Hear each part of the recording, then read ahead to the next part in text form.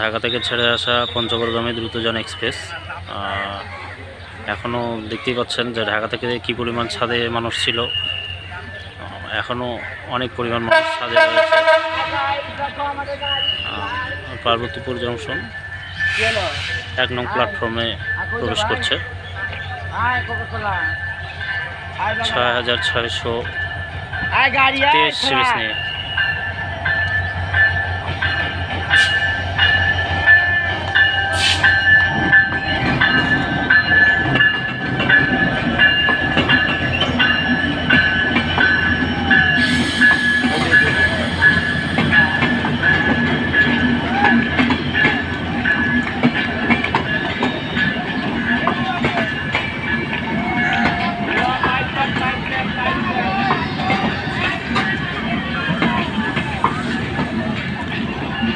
অসংখ্য যাত্রীর চাপ নিয়ে প্রবেশ করলো দ্রুতযান পার্বতীপুরে। কী রকম যাত্রীর চাপ রয়েছে সেটি আপনারা দেখেন। ছাদে অনেক মহিলা সহ রয়েছে। আসলে অতিরিক্ত যাত্রীর চাপ, সব গার্মেন্টস একসঙ্গে ছেড়ে দিয়েছে, তার জন্য তো যাত্রীর চাপ বেশি একসাথে হয়েছে এবং প্রচুর যাত্রী নিয়ে এই মুহূর্তে দ্রুতযান এক্সপ্রেস পার্বতীপুরে অবস্থান করছে।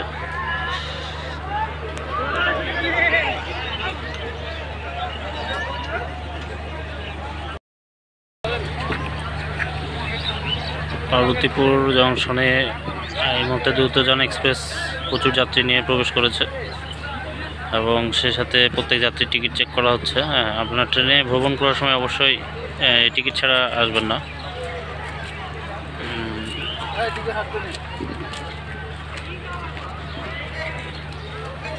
ছাদে কী পরিমাণ এখনও যাত্রী রয়েছে সেটি আপনারা দেখতে পাচ্ছেন।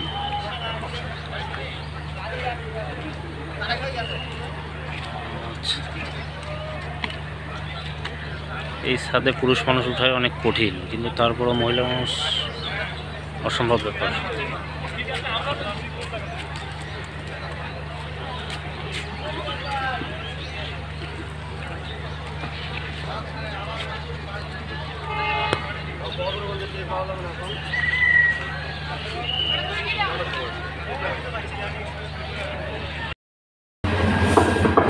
সিলেট অভিমুখী আন্তনগর কালানি এক্সপ্রেস 1 নম্বরে এসে প্রবেশ করলো।